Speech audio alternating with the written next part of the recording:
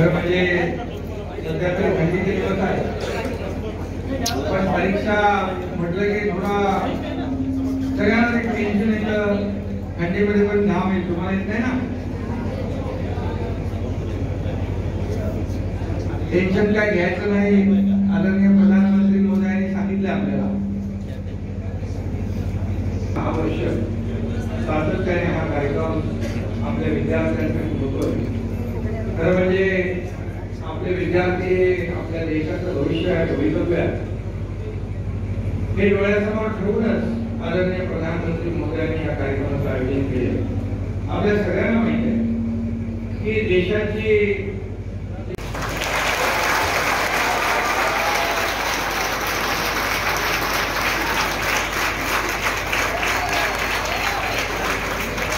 क्रमांक 23 ठाणे महापालिका शाळा क्रमांक 23 आठवडीत आहे. आमचे वर्ग शिक्षक रघुनाथ परब सर होते, अनेक अन्य शिक्षकही होते. आणि त्यावेळची परीक्षा, आता तर तुम्ही भव्य अशा मोठ्या इमारतीत बसलेला, त्यावेळेस चाळ होती, दरवाजे पण ठीकठाक नव्हते, कुठले कुठले होते. मग पहिले आम्ही काय करायचो, शाळा स्वच्छ करायचो, सगळं साफसफाई केल्यानंतर मग त्या वर्गामध्ये आम्ही बसायचो. आणि त्यावेळेचं वातावरण आजही मला आठवत आहे, समोर डोळ्यासमोर येते.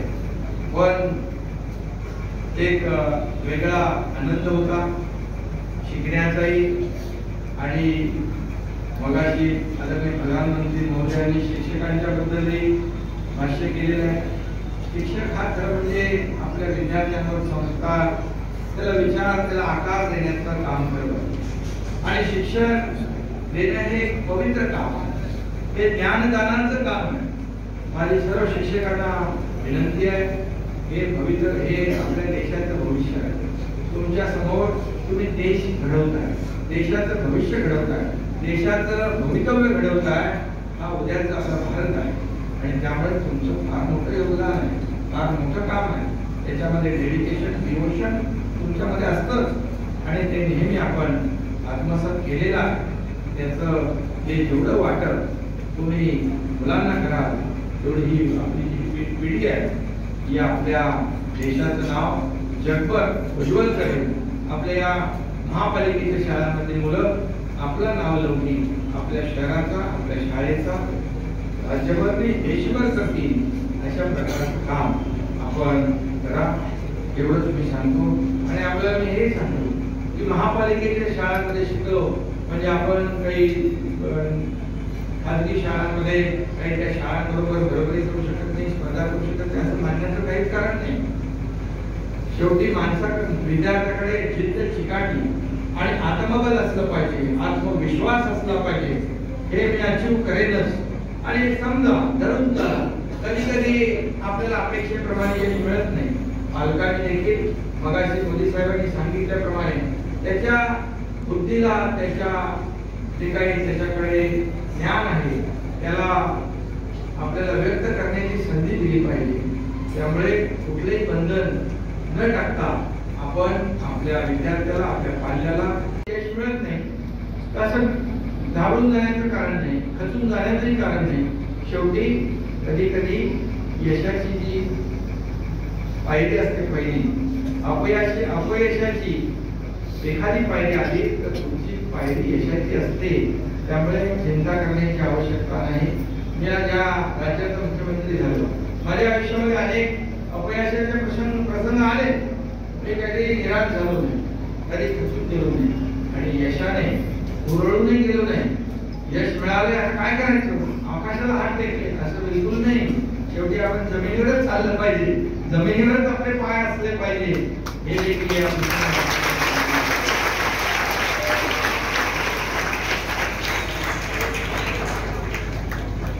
याचा अर्थ तुम्ही अभ्यास चांगला करा, चांगलं यश मिळवा. कधी कधी मगाशी मोदी साहेबांनी सांगितलं की एखाद्या वर्गामध्ये एखादा टॅलेंट मुलगा असतो, हुशार असतो ना, पाचेपोटासारखी नाही.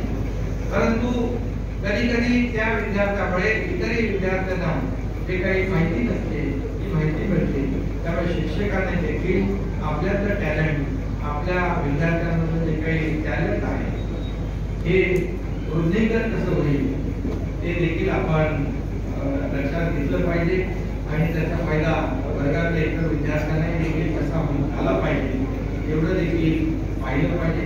बाकी शिक्षक मगाशी म्हटल्याप्रमाणे गुरु असतो, गुरुस्थानी आहे, त्यांनी ज्ञानाचं काम करताना अविरतपणे त्यांचेही कष्ट असतात, मेहनत असते, ते देखील आम्ही नाकारत नाही।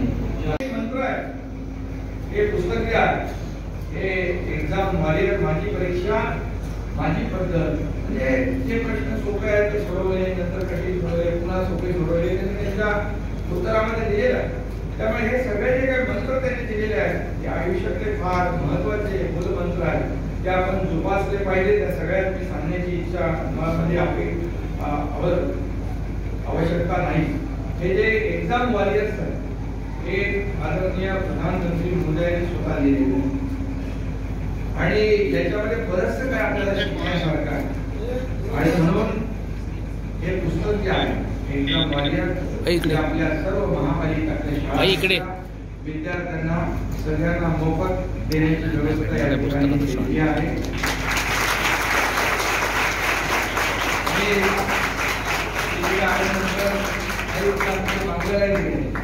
पुस्तकाची किंमत आहे 100 रुपये। मी त्यांना म्हणालो हे आमचे सर्व महापालिकेतल्या शाळांमधले विद्यार्थी आहेत, त्यांना आपल्याला संपूर्ण ठाणे महापालिका क्षेत्रातल्या मुलांना आपण सगळी मोफत देऊ शकतो, लगेच देऊ शकतो असं आयुक्तपणीकडे सांगतो। त्यामुळे त्यांचंही मी मनापासून अभिनंदन करतो। यश मिळत नाही असं धावून जाण्याचं कारण नाही, खचून जाण्याचंही कारण नाही। शेवटी कधी कधी यशाची जी पायरी असते पहिली अपयशाची एखादी पायरी आली तर तुमची पायरी यशाची असते, त्यामुळे चिंता करण्याची आवश्यकता नाही। मी ज्या राज्याचा मुख्यमंत्री झालो माझ्या आयुष्यामध्ये अनेक अपयशाचे प्रसंग आले, मी कधी निराश झालो नाही, कधी खचून गेलो नाही आणि यशाने हुरळूनही गेलो नाही। यश मिळाले आता काय करायचं, आकाशाला हात टेकले असं बिलकुल नाही। शेवटी आपण जमिनीवरच चाललं पाहिजे, जमिनीवरच आपले पाय असले पाहिजे, हे देखील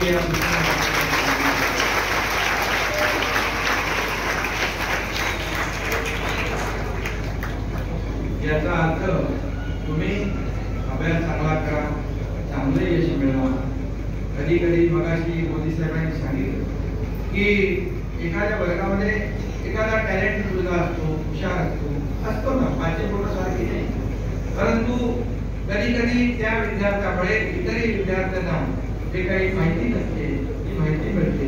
त्यामुळे शिक्षकांनी देखील आपल्यातलं टॅलेंट, आपल्या विद्यार्थ्यांमध्ये जे काही टॅलेंट आहे हे वृद्धिंगत कसं होईल ते देखील आपण लक्षात घेतलं पाहिजे आणि त्याचा फायदा वर्गातल्या इतर विद्यार्थ्यांनाही देखील कसा आला पाहिजे एवढं देखील पाहिलं पाहिजे।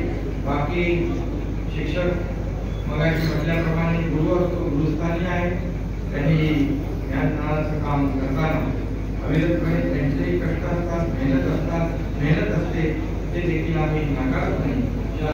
सर्वे आला आहे 2000 इंडियामध्ये की लोकसभाचं इलेक्शन लागलं तर महाविकास आघाडीला महाराष्ट्रामध्ये 48 जागा त्यांच्या बाजून जाते आणि 48 जागा हे महाविकास आघाडीच्या बाजून जातील आणि एकनाथ शिंदे आणि भारतीय जनता पार्टी यांना 14 जागा ते 16 जागा 34 ते 48 गेले की भोपळा राहतो, काहीच राहत नाही।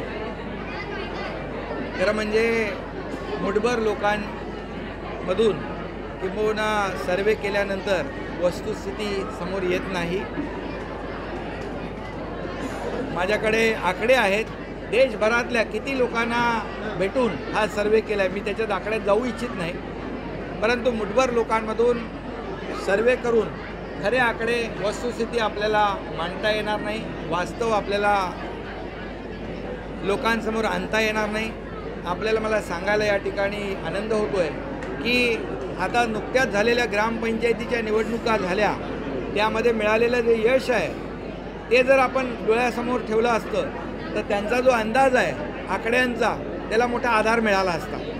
आणि हेही मी सांगू इच्छितो की गेले 2.5 वर्ष या राज्यामध्ये जे नकारात्मक काम झालं कुठलंही काम कुठलाही प्रकल्प पुढे गेला नाही, सुरू झालेले प्रकल्प बंद केले. परंतु आम्ही नकारात्मक पूर्ण राज्यामध्ये नैराश्य होतं. सरकार बदलल्यानंतर मी आणि उपमुख्यमंत्री देवेंद्रजी आणि आमच्या मंत्रिमंडळाने ज्या कामाचा धडाका लावला आहे, जे या राज्याच्या हिताचे आम्ही निर्णय घेतलो आहे, धाडसी निर्णय घेतो आहे, राज्यामध्ये दिसतं आहे की काम प्रगतीपथावर आहे.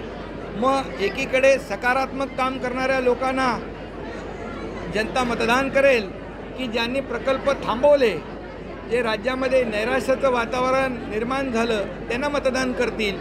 हा एक प्रश्न मला विचारायचा आहे. आणि या महाराष्ट्रातली जनता सुज्ञ आहे, या महाराष्ट्रातली जनता जाणकार आहे.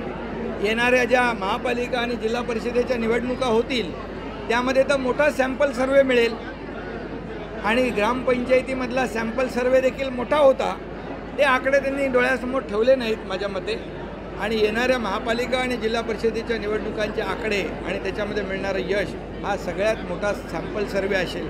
त्याने असं धरलेलं आहे की होणारी आघाडी, त्याला मिळणारी मतं, आता संभाव्य आघाडीला मिळणारी मतं गृहीत धरून फक्त आकड्याची बेरीज केली तर ते कोणीही सांगू शकेल की असं होईल.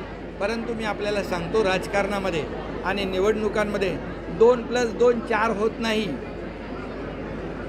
आणि आता कोणाची आघाडी होईल, कोणाची आघाडी तुटेल हे आताही मलाही सांगता येणार नाही. पण बाळासाहेबांची शिवसेना आणि भारतीय जनता पक्ष या राज्यामध्ये अतिशय चांगलं काम करते आहे. हे सरकार लोकांचं आहे, सर्वसामान्य लोकांना न्याय देणारं आहे आणि त्यांनी हेही म्हटलेलं आहे. आणि त्यामुळे जनता कुणाला प्रतिसाद देणार आहे हे लोकांनी आता ठरवलं आहे. त्याचे आपल्याला उदाहरणं, त्याचा लोकांचा, जनतेचा जो रिस्पॉन्स आहे तो आपल्याला समजून येतो आहे. मला एवढंच सांगायचं आहे की त्यांनी आदरणीय प्रधानमंत्री महोदयांना म्हणजे NDAचं सरकार येईल आणि प्रधानमंत्री महोदयांची लोकप्रियता वाढते हे म्हटलं आहे. महाराष्ट्रामध्ये काय वेगळं आहे का? आपल्याला मी सांगतो की निवडणुका कधी होऊ द्या. ते म्हणतायत की निवडणुका आता झाल्या तर आता तर निवडणुका नाहीत. परंतु आजही आम्ही आघाडीवर आहोत, म्हणजे पुढे आहोत. आणि जेव्हा निवडणुका होतील तेव्हाही आम्ही पुढे राहणार आहोत. या राज्यातल्या जनतेने ठरवलेलं आहे. त्यामुळे या ओपिनियन पोलचा आनंद 1.5 वर्ष ज्याला घ्यायचं त्याला घेऊ द्या. कोणाला हर्षवायू झाला असेल त्याचा आनंद मी हिरावून घेऊ इच्छित नाही. त्यांच्या आनंदामध्ये त्यांना राहू द्या. 1.5 वर्ष असाच आनंद व्यक्त करू द्या. आम्ही आमचं काम करत राहू. सरकारचं लोकांना हवं ते काम आम्ही करणार आहोत. लोकांच्या मनातलं सरकार आणि सर्वसामान्य लोकांना न्याय देणारं सरकार इथं स्थापन झालेलं आहे. त्यामुळे निवडणुकांची आम्हाला भीती नाही आणि येणारा काळच या सगळ्या तुमच्या सर्वेच्या अंदाजाला उत्तर देईल.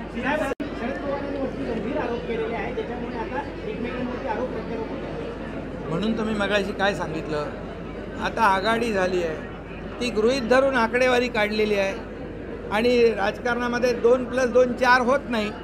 आता ते मायनस किती होत आहेत ते मोजत राहा तुम्ही. त्यामुळे आम्हाला काही चिंता नाही. त्यांची चिंता त्यांनी करावी. आम्ही आमचं काम करू, लोकांना सेवा देऊ, या राज्याचा विकास करू.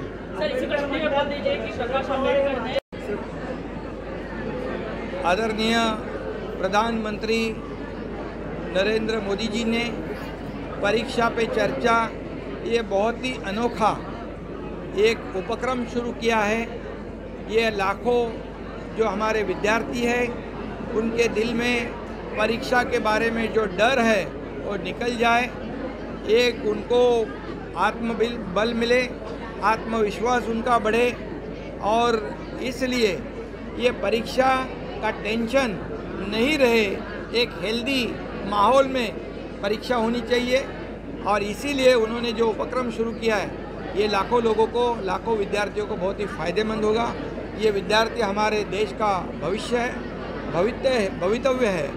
ये हमारा भारत देश है और उसकी चिंता आदरणीय प्रधानमंत्री जी ने रखी है. इतना बड़ा कारोबार देश को आगे बढ़ाने का, देश की अर्थव्यवस्था को संभालने का, ये पूरा काम होने के बावजूद उन्होंने ये परीक्षा पे चर्चा इसको अहम महत्व दिया है. इसलिए मैं राज्य का मुख्यमंत्री के नाते मैं उनका आभारी हूँ. सर, इसी स्कूल में आपने भी पढ़ाई की है आज? बिल्कुल, ये पुरानी यादें ताज़ी हो गई है। मैं भी इसी स्कूल में पढ़ा हूँ, इसी स्कूल का मैं छात्र था, और जब ये अभी बिल्डिंग नहीं थी तब ये छोटे वर्ग थे, चाल टाइप स्कूल था और इतनी सुविधा नहीं थी, लेकिन वैसे ही माहौल में शिक्षा का काम शिक्षकों ने किया, देने का काम, और वो आत्मसात करने का काम हम लोगों ने किया है, पढ़ाई हम लोगों ने की, और चलते चलते इस राज्य का मैं मुख्यमंत्री बना हूँ। इसलिए एक ध्येय निष्ठा होनी चाहिए, आत्मविश्वास होना चाहिए, और किसी भी ऐसे प्रसंग जब आते हैं तो डरने की आवश्यकता नहीं। ऐसा उद्देश्य आज के परीक्षा पे चर्चा से ये विद्यार्थियों में बड़ा मैसेज गया है, इसलिए ये बहुत ही अनोखा और फलदायी उपक्रम विद्यार्थियों के लिए आदरणीय प्रधानमंत्री जी ने आयोजित किया है। मैं उनको धन्यवाद देता हूँ।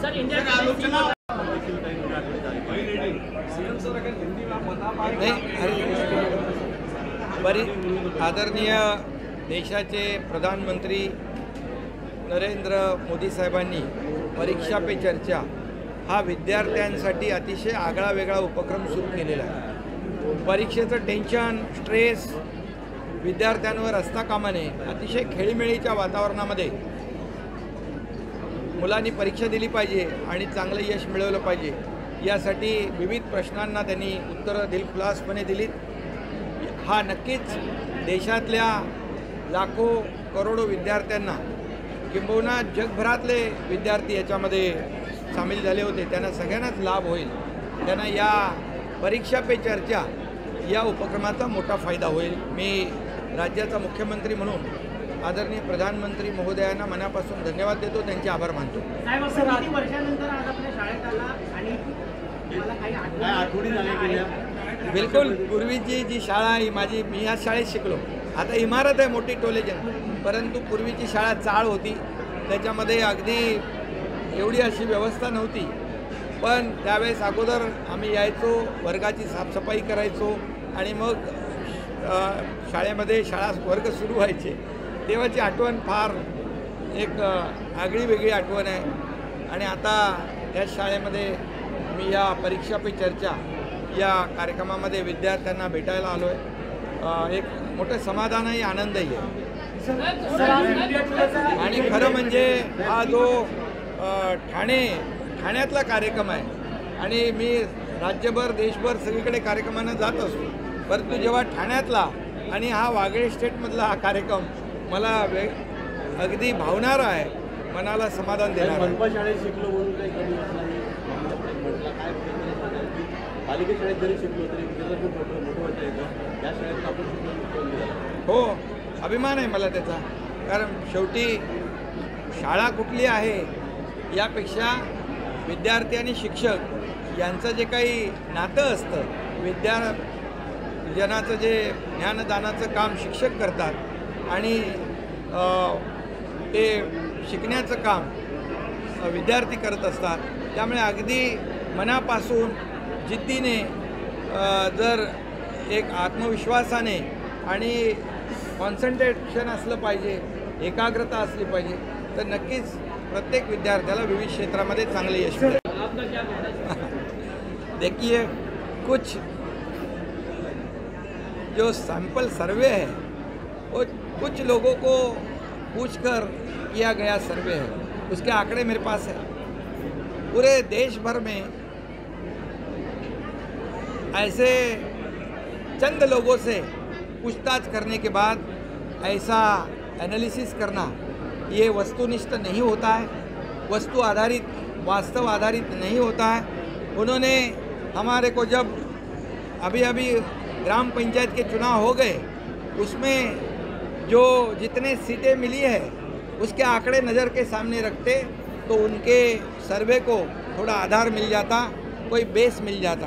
मैं यही कहूँगा कि पिछले 2.5 साल में जो सरकार नकारात्मक थी, जिन्होंने कुछ भी नहीं किया, जिन्होंने जो शुरू हुए थे प्रकल्प उसको भी बंद कर दिया, और हमारी सरकार आने के बाद मैं और उप मुख्यमंत्री देवेंद्र जी, हमारे सभी साथी मंत्री, इन्होंने इतने तेज़ी से निर्णय लेने की शुरुआत की, जो रुके पड़े थे जो प्रकल्प उसे आगे बढ़ाया, और एक पॉजिटिविटी एक प्रॉस्पेरिटी इस राज्य में दिखाई पड़ रही है, तो नकारात्मक जिन्होंने काम नहीं किया उनको लोग पसंद करेंगे, या जो काम कर रहे हैं, ये राज्य को आगे बढ़ा रहे, इस राज्य का सर्वांगीण विकास कर रहे, उनको पसंदी देंगे? ये सोचने वाली बात है। मैं यही कहूँगा कि आने वाले जो कॉरपोरेशन चुनाव, जिला परिषद के चुनाव है, ये बहुत बड़ा सैंपल सर्वे उनको मिलेगा। उन्होंने ग्राम पंचायत को तो अनदेखा कर दिया है, उसमें भी बहुत बड़ा सैंपल सर्वे सामने आया है। लेकिन आज भी अभी उन्होंने कहा है कि अभी अगर चुनाव होंगे तो ऐसी परिस्थिति है। अभी चुनाव है क्या? चुनाव नहीं है। और लोकसभा के चुनाव जब आएंगे 1.5 साल के बाद, आज भी हम लोग आगे हैं। शिवसेना, बाला साहब शिवसेना और भारतीय जनता पक्ष हम लोग आगे हैं और चुनाव में भी हम लोग आगे रहेंगे। मैं यही कहूँगा कि जो पिछले समय जब महाविकास आघाड़ी को सबको मिलके जितनी सीटें मिली थी उतनी सीटें अगर वो जीते, उतनी सीटें भी रख पाए तो भी बहुत बड़ी बात है। इतना ही मैं कहूँगा। और जब कई अंदाज आपने भी देखे, पिछले कई चुनाव में, गुजरात का चुनाव हो, उत्तर भारत का चुनाव हो, 2019 में तो प्रधानमंत्री के सामने सब पार्टियां इकट्ठा हुई थी, सब पक्ष इकट्ठा होकर आघाड़ी बनाई थी उन्होंने, तभी भी ऐसे ही अंदाज निकाले थे। क्या हुआ? तो आने वाले क्या नतीजा निकला? बिल्कुल विपरीत नतीजा निकला। आने वाले लोकसभा चुनाव में अब तक के सब रिकॉर्ड आदरणीय प्रधानमंत्री महोदय जी के नेतृत्व में टूट जाएंगे और सब रिकॉर्ड तोड़कर एक बहुत बड़ा विजय, बहुत बड़ी जीत इस देश को आदरणीय प्रधानमंत्री महोदय जी के नेतृत्व में देखने को मिलेगी।